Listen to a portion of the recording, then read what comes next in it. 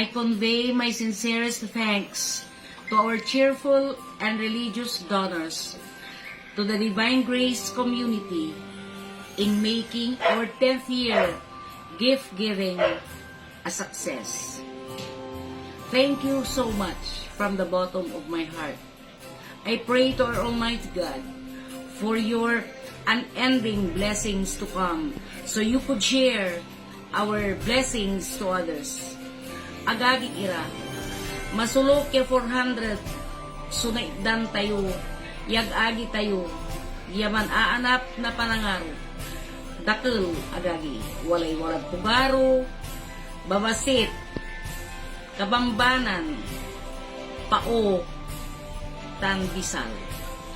At itipon, iray Divine Grace communities, at nandurman pasen na manawag.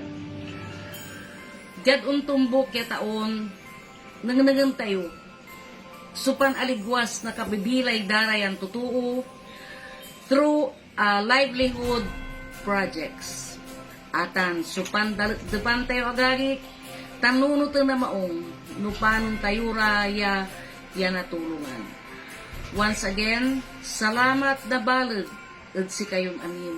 Ulitin ko, agagi kira, at saray benefactors, yating mulong, at sayan gift-giving ya taon-taon. Balbalag ya talaga sutulong yo, at naitag pusok sa dasal kulawas at si kayo agagi. Ang gapoy ni balas ko, no agsay pisa salamat, labat, tang dasal. Maksil kumun, so laman nyo, tapi ang untan, kaiba tayo ya taon-taon, habang may buhay yakwan. Pisalamatan ko sumangunon family at kabambanan ya ang idonate na malag ya dalin ya pampaalagayan na Divine Grace Silungan tadiman unga po so livelihood project jad payas kabanbanan.